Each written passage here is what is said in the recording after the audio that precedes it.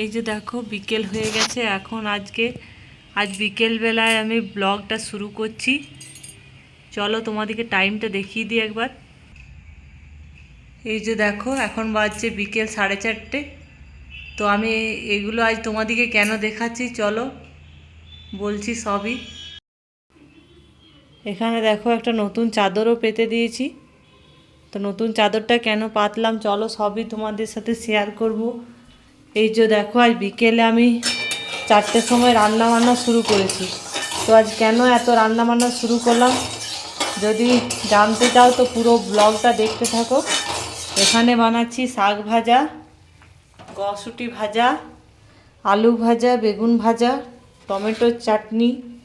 এখানে হবে বেগুন দিয়ে বেগনি ছোট ছোট বানাবো। আর এই যে পোস্ত শিলে নিয়ে নিয়েছি, পোস্ত বাটবো, আলু কেটে নিয়েছি। ওখানে অল্প তেল বেঁচে গেছে মাছ ভাজার পর। আর এই যে মিক্সিতে মশলাটা পেস্ট করে নিয়েছি। তো চলো কড়াইটা এখন ধুয়ে নিই। তো কী জন্য আমি এত রান্না আয়োজন করছি পুরো ব্লগটা দেখতে থাকো।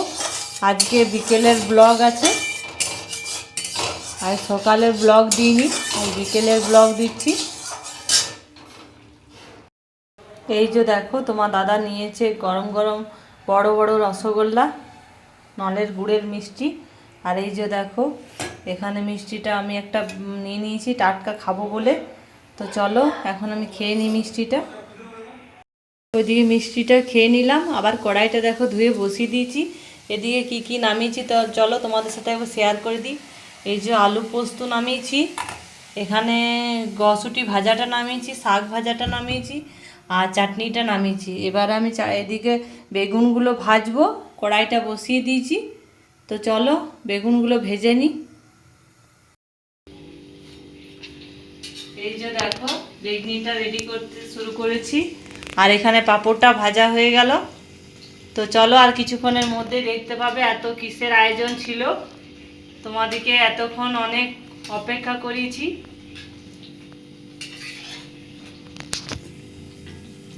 হয়ে গেছে রান্না কমপ্লিট।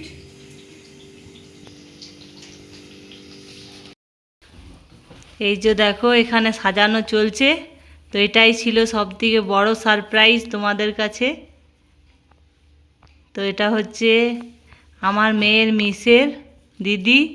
এই যে ওর আজকে আইবুড়ো ভাত আমার বাড়িতে, ওদের বাড়িতেও আছে বিয়ের আগের দিন। তো কি কি মেনু আছে চলো তোমরা একবার দেখে নাও। এখানে আছে পাঁপড়, বেগুনি, এখানে আছে চাটনি, চিকেন, ডাল, পোস্ত, পায়েস, দই, মিষ্টি। আর এখানে আছে দেখো ভাজাভুজি আর 2 রকমের রাইস। এই যে আমার মেয়ে এখন সাজাচ্ছে। তো সাজানোটা কমপ্লিট হোক, তারপর ও খেয়ে বলবে কেমন হচ্ছে।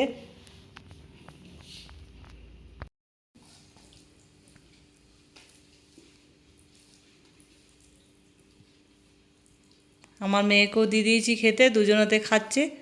ওর লজ্জা লাগছে একা খেতে, তার জন্য দুজনেতে একসাথে বসেছে। কেমন হয়েছে বল? অসাধারণ, দারুণ হয়েছে। আজকে পুরো ভোজবার ফেল। বাহ।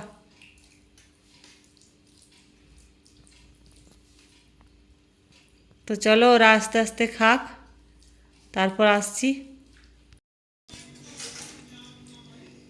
খাওয়া দাওয়া হয়ে এই যে বাসন ধোয়া হলো, ওকেও বাড়ি দিয়ে এলো তোমার দাদা।